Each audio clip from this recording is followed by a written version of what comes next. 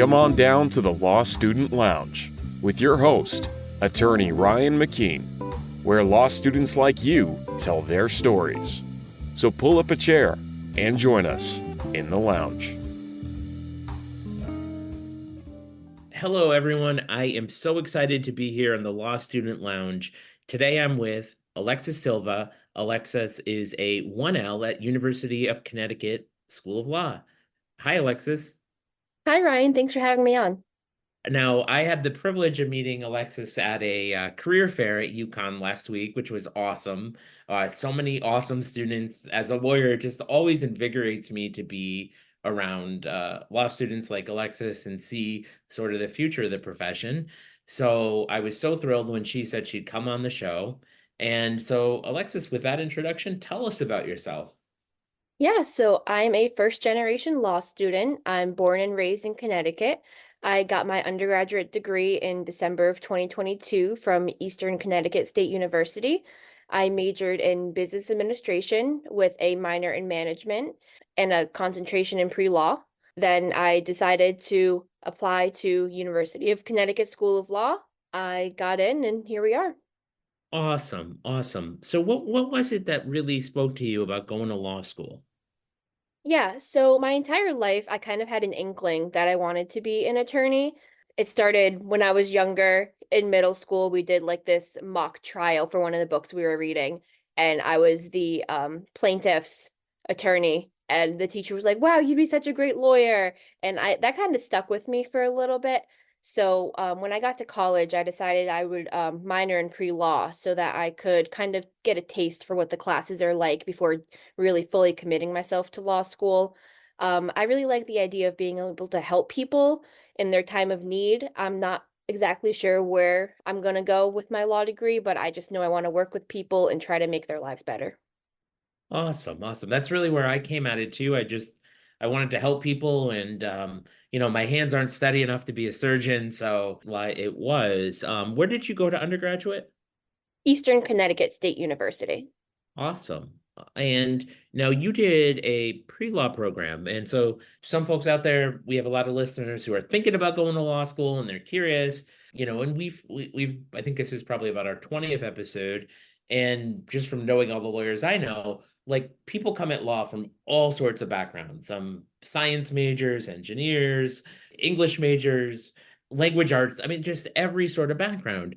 And not everybody comes through a pre-law program. Can you talk a little bit about what your pre-law program was, what it was like, and how it prepared you or didn't prepare you for law school?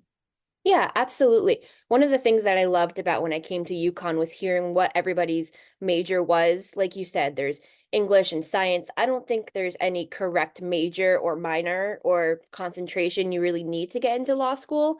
I chose to do a pre-law minor because I didn't want to fully commit to 3 years of law school knowing nothing about law classes, not getting a feel for it. So I figured I'd take 4 or 5 like law concentrated classes in my undergrad when there's no sweat off my back, there's no commitment to see if I really liked the program. And I did. I took a couple classes. One was logical inquiry, which kind of prepared you for the LSAT games that you play.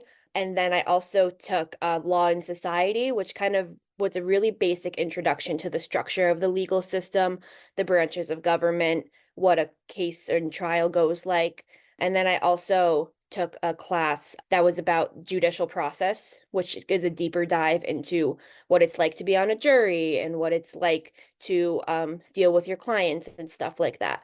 So I think it prepared me in the sense that I knew more confidently that I wanted to go to law school. But there's also, I didn't take full advantage of the program because I went to college during the COVID years. But Eastern offered a pre-law advisor, somebody who could help you with the law school application process, which I thought was really great. I didn't use that benefit. I kind of did it all on my own. And then they also offered somebody who had been to law school and such to talk to you about the process and everything. So if you really used it for your full potential, it was really a great stepping stone if you didn't know where to get started. But I just used it as kind of just a taste of what law school could be like. Awesome. That sounds like potentially like a really good thing out there if you're thinking about going to law school or in college to do pre-law. But yeah, I think you hit the nail on the head, which is like, it's not this positive. Like you're not going to get there and be like, oh, I'm so far ahead. It's going to help you. If it's, I always think you should learn about things that you're interested in, and that's awesome that Eastern was able to offer that to you. Can you talk a little bit about the process of applying to law school? Like, I know there's a lot out there, online communities about the LSAT, about what you did to sort of look at schools, vet schools, figure out what's right for you, and really study and prepare for the LSAT. Yeah, so my journey from deciding I really wanted to go to law school to that final acceptance was about 6 months. I think it was kind of a shorter process for me. So I graduated a semester early. So I graduated in December 22. So the summer before that, June or July, I really decided, hey, I'm going to go to law school. This is what I'm going to do. So I made an account on the LSAC website, kind of did a dive into what requirements I needed, and I scheduled the LSAT for October. Coming up to October, I didn't feel like I was prepared, so I paid that pesky fee to push it off until November. So between then, I got 2 letters of recommendations from my professors who I knew really well. And for studying for the LSAT, I really just went on Khan Academy.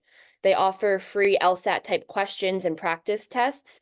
And I did that in between going to my regular classes. And I was also a tutor. So anytime I didn't have a student to help, I would go on there for a couple minutes or so.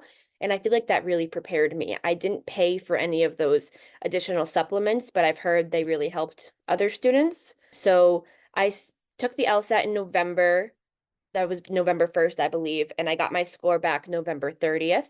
I submitted all of my application, all of the components on December 1st, and then I got accepted into UConn on February 4th. So that is awesome. I mean, when I took the LSAT like as a dinosaur ago, like in 2001, I guess. Ouch. That feels really. Were you born after 2001? 2001 was when I was born. Okay. So, but it feels like quite a long time ago. And I mean, really, the only options were like getting a book at Barnes and Noble to study, or taking like a Kaplan course, which was very expensive and in person. So, if you're out there and you're listening, like, different people take different career, paths to taking the LSAT, but yeah, doing some studying in some program. And I'm happy that there's free resources like Khan Academy that worked out, because like you, I was like first generation lawyer, first generation to graduate from a 4-year school. And the sort of access to that was I think a little bit limited. And if I could go back, I wish I had figured out how to pay for a study course, because it can make all the difference. And that's awesome that Khan Academy is out there. So if you're listening and you're thinking about it, like, think of Alexis, because it's at least worth trying as a resource for you. So how did you decide where you wanted to go to law school? Yeah, so I believe in about September, they had the Connecticut Law School Fair at Quinnipiac. Personally, I have a lot of family ties to Connecticut, so I want law school in Connecticut. So my going into it, I either wanted to go to Quinnipiac or UConn because I didn't want to have to move far. And I also know that I want to practice in Connecticut, so I figured it'd be better to go to school here. I went to the law school fair with my dad. It was great finding out like what law school was all about and what all the application process was like. And I went to the tabling for Quinnipiac and UConn. And at UConn, I met with Lauren Turbush, the director of admissions, and she was so great. She was explaining the process to me. We had a great conversation. She gave me a bunch of information, and she told me that if I was interested, I could go sit in on a class at UConn, and they were offering tours and prospective student days. Since the law school fair was at Quinnipiac, I kind of got to tour it, and I just knew in my gut that it wasn't really the fit for me. There's nothing bad about the school. It was a beautiful facility, but when I went to Eastern, when I was touring for undergrad schools, like I just had this gut feeling that this is where I was supposed to be. And that's the feeling that I was kind of looking for. So when I stepped on foot at UConn's campus for the first time, I got that feeling and I was like, this is where I want to go to law school. And I don't know if it was the best mindset or not, but I was kind of like UConn or bust. And I'm one of probably the rare law students who only applied to one school. Yeah, you know, I think you brought up several sort of good points there. Just to unpack it for our listeners, like if you're out there and you want to go to law school, I mean, like, look, you can go to some, you know, top 3, 5 law school in the country if you want to work at firms nationally, right? But most of the practice of law in law school is like pretty local. Like I went to Western New England because like I was either Western New England, like Quinnipiac or UConn. I went to Western New England and it was like, well, I wanted to be in this sort of area. For those who don't know, like Hertford and Springfield are like a half-hour drive where UConn and Winnick are.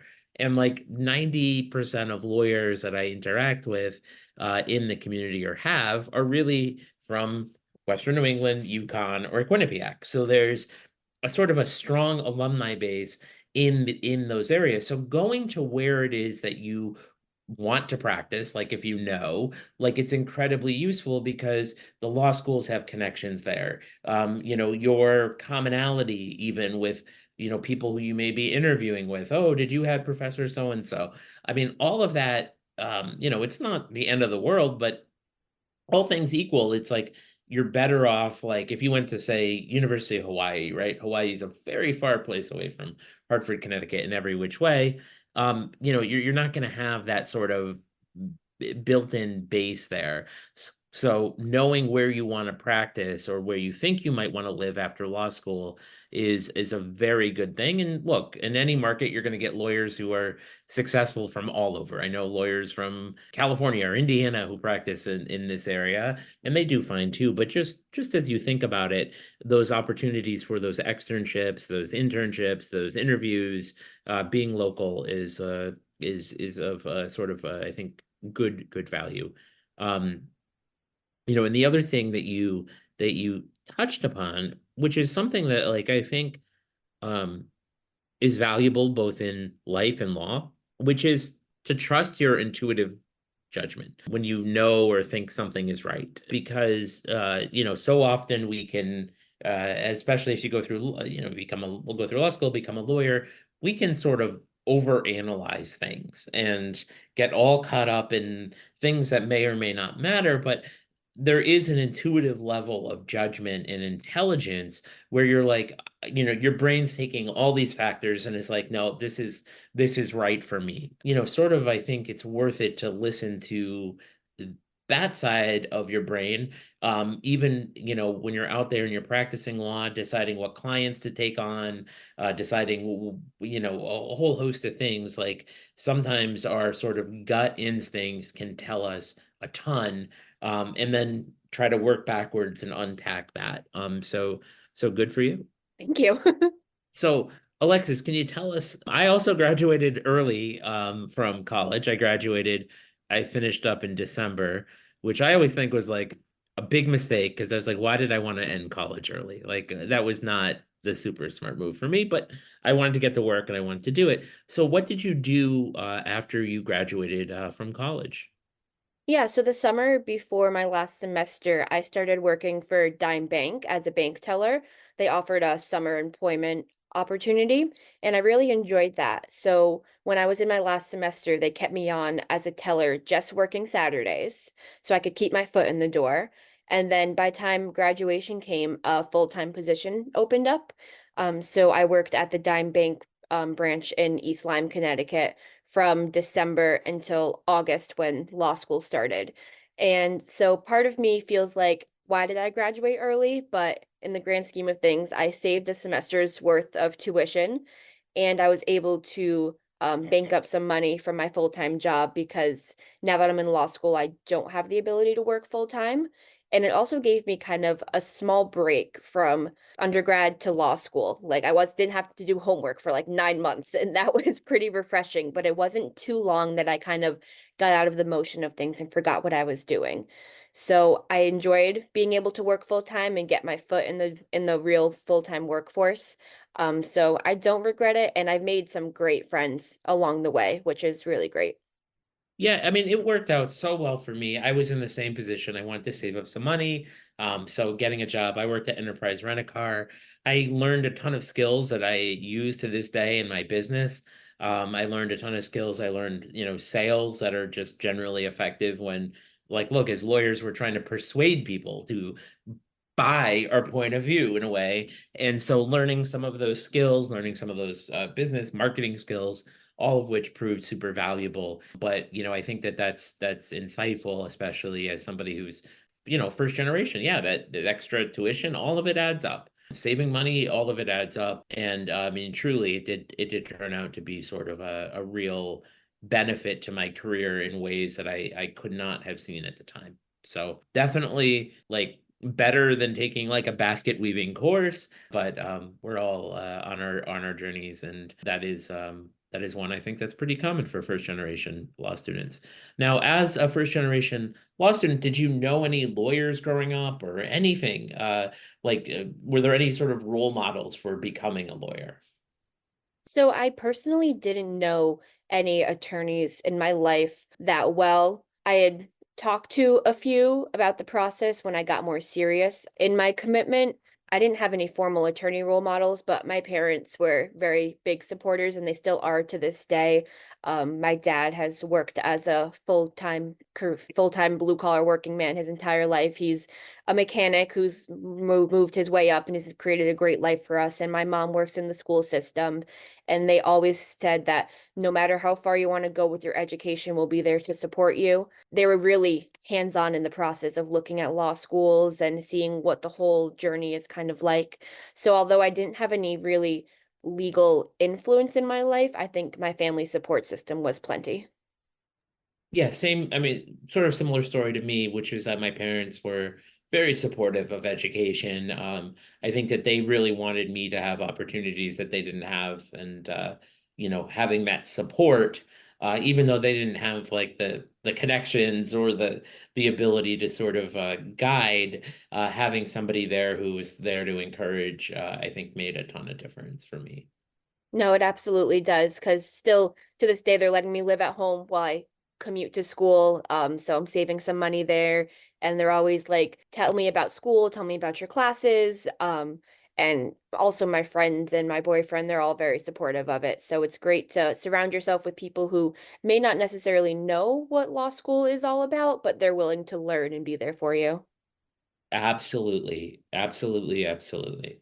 So tell us about your first semester of law school. As we do this interview, I mean, we're sitting here, it's February 12th. So you are sort of in the first leg or maybe first third of your second semester of law school. Tell us about the sort of adjustment that goes on from, you know, tell us about that first semester, the first few weeks of law school. What was that like for you? So it was a huge adjustment, which was surprising to me. Law school is different than undergrad, no matter what your major is. Um, I was taking 5 classes a week. They were during the day. I enjoyed that schedule. I really kept a structure, but it was important for me to find out what worked best for me with allotting time for homework, how much time do I need for homework, getting to know new people, because it's kind of like when you were in your senior year of undergrad, you knew everything about the school, and now you're trying to discover a new program of study, discover a new school, new location, new professors, and new classmates. So it was great finding out where everybody else came from. I like the small school environment because my 1L class is about 120 students, which is great. But it was kind of like, what does this professor expect from me? What do I do? What's the best method to take notes? I started taking notes by hand in the beginning because that's what I've done my entire life. But halfway through the semester, I was like, this is not working for me. These professors are talking too fast. They're not writing on the board. I can't keep up. So I started typing my notes into a Word document. And then it came down to exam time, and you're graded solely based on 1 3-hour final exam. And I'd never experienced anything like that before. So it was a struggle to me finding out, how do I accumulate all of this knowledge into one set of notes that I can use on my exam? What are they going to ask of me? What's the format? And it's kind of like trial and error. There's no way that's best going to prepare you for it. You need to keep an open mind. You need to give yourself some grace. It's for me, I studied as much as possible, but I didn't stay up until 2 a.m. And I also gave myself breaks. I like to have the weekends to myself so I can go out with friends and hang out with my boyfriend and spend time with family. So it was crunch time like Monday through Thursday, and then the weekends I gave myself some breaks. I know other students who they did all of their homework Friday, Saturday, and Sunday, so they didn't have anything to do after school. It's about what schedule works best for you. And it's about finding a balance between being a law student and just being a human. And I think you shouldn't lose sight of that. Yeah, if our listeners get nothing more than what you just said, they will have gained tremendous value, because I think that it's so important. You have such a great perspective on all of it. That's really a lot of value, and I think what I heard there is like a lot of maturity and from it all, because it can be hard. I think people can get caught up in they're the people who like to sort of flex with how busy they are and how much they're studying. And really and truly, that's just noise. So understanding who you are, what matters, figuring out what works for you, like that's what it's all about. And like, and truly, like it's not just what it's all about as a law student, it's what it's about as a lawyer and a professional. Because the same challenges exist in just different ways. So good for you. What was your favorite subject matter and why? So I liked contracts actually. I maybe it's because I have a business background. Maybe it's because I was not interested in criminal law at all because it confused the heck out of me. But I enjoyed contracts. I enjoyed the professor. I enjoyed how there's every little detail matters, and I'm a very detail-oriented person. And I feel like contracts is something that applies to every form of law. You don't have to do contract or corporate law. And it's not as boring as it sounds because I just loved all the ins and outs of it. And I'm not going to get into all of the nerdy details about it, but I enjoyed the class and I did well in the class. And I think it's easier to do well if you like a subject. So finding something about the subject that lights a spark in you is really better and it makes you want to study for it more. That is awesome. So yeah, finding what you love. And I think for me at least too, early on in my legal career, so I'm trying to figure it all out. Like the quality of the professor, like that matters so much. And taking sort of good professors, but you don't have a choice your first year, make a lot of difference. And I think at least for me, like if you're an intellectually curious person, like law is interesting. Like it's like the algorithm for society in terms of how we try to organize ourselves and what is and isn't and what should and shouldn't be. All really born from human experience. Laws happen because things went wrong, and we try to prevent them from happening. So that is useful, or at least have guidelines when they do happen, how things are going to sort themselves out, so we can have somewhat predictability. So what are you looking for now as your 1L? What are you looking for? Because you're going to have to start like registering for classes for next year. What is it that you're looking to get out of the next 2 years of law school? Yeah, so I want to try everything. I don't want to have a set mindset on what I want to do because everybody that I've talked to who has been in my position and who has either graduated or soon to be graduated, they say that the mindset they came into their 1L year versus the mindset they had when they first started practice is completely different. So right now, I think I'm keeping an open mind on what courses I want to take. I kind of want to get a little bit of touch of everything and see if something really sticks with me. I have an interest in corporate law because of my business background, but I also hope to take classes on family law and tax law and stuff. So I think I want to try to make as diverse a schedule as possible so I can get a touch of everything and hopefully it'll give me a better sense of what I want to do when I leave law school. Going in with that sort of, look, some people go to law school and they say, I want to be a public defender, and that's what they want to do. And that's awesome. I would say, like, having been in law school, having known lawyers for 20 years and having done this podcast, like, that's the exception, right? The majority of people are trying to find out what they like and what they want to do. And that may involve different classes, different internships. And like that to me is like a very healthy part of the process. Like I always hated the question when I was in law school of like, well, what do you want to do? What kind of law do you want to do? And it's like, well, I don't know. I'm interested in helping people. And the other sort of wild thing, Alexis, that's going to happen in your career is like there are areas of law that are going to employ lots of lawyers that don't even exist yet. And I think about like when I went to law school, like social media wasn't a thing, right? AI wasn't a thing. Legal cannabis wasn't a thing. Cryptocurrency wasn't a thing. And all the sorts of regulations and complexities that society has had and new things that will be created that have yet to be created it's a little bit narrowing to say like this is exactly what I want to do. And even most of the time when people get into careers, they may think they want to do this and they find something else. So listening to being curious, being open-minded, and sort of, like we talked about initially, like your intuition is a valuable guide. No, absolutely. I completely agree. So what advice would you give to yourself if you could go back, like, I don't know, a year ago about going into your first year of law school? The first thing I would tell myself is to take a deep breath.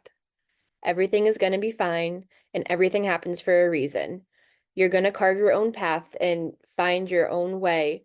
There's no right way to do law school. Just go in with an open mind so you can get everything that you want out of it.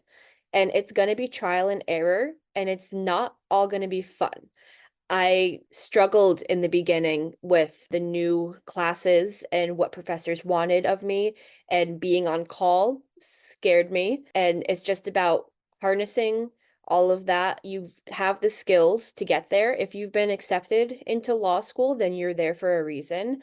And I think I suffered a lot with imposter syndrome, being a first generation law student, not knowing any lawyers. Like, am I supposed to be here? My classmates have legal experience. This one was a paralegal. This one's dad is a lawyer. And I'm just kind of sitting there like, I'm not really sure what I'm doing, but I know I want to do it good. And that's okay. Give yourself grace, give yourself time to breathe, but focus in and study hard because it should be your main priority if you want to succeed. That is great advice. Do you have any questions for me? Turn the tables a little bit. Yeah, absolutely. So, what was law school like for you? Did you enjoy it? Were there struggles? I think to me, law school was great for some reasons. Like I really loved my classmates, and in fact, like I'm still some of my law school classmates from my first year are some of my closest friends. And so that's been a wonderful gift to my life. I loved the sort of academic challenges. Like I've always thought of law school as sort of a capstone on a liberal arts education, and I loved that. I felt law school was too long. Like I could have done without my third year, but I'm a person who, I wanted to get to work and I want to do things. And so sitting around a classroom my third year was not necessarily my favorite. And also the debt that came along with it, because like I still to this day pay law student loans. And I graduated in '05. Some of that is intentional out there. So because I locked in at a very low interest rate, but it was like, well, this seems like a very high tax on sort of my life. I feel like I probably put the things I didn't like, or like I didn't like I went to Western New England, and really at the time the job market was terrible, and the job market would probably be terrible for another 15 years or so. And sort of like the top five students in my school got jobs, and the rest of us did not. Most of my classmates graduated without a job. So there's a lot of anxiety surrounding, getting a job and money that was really not enjoyable. And I really ended up having some, mental health issues surrounding anxiety, especially during like my third year of law school, which was just terrible and not fun because of these things. But like anything, I was able to work through those things, and it worked out. And I guess if I could, go back and tell myself anything, it would just be like, it all works out. Like, just breathe. Like you had mentioned, it all sort of works out. Yeah. So Alexis, this has been a wonderful conversation. And I try to end every one of these episodes by asking the same question, though. One time I missed, and a guest told me, like, right, you didn't ask me. I'm like, oh, I messed up. It's a new season, right? So hey, we're at a cookout, wherever. We're getting a burger. You can get whatever burger it is that you want. Veggie burger, Kobe beef burger, I don't care. Whatever kind of burger. And there's all the condiments you can imagine, all the things you could put on a burger. What is it that you are putting on that burger? That's a fantastic question.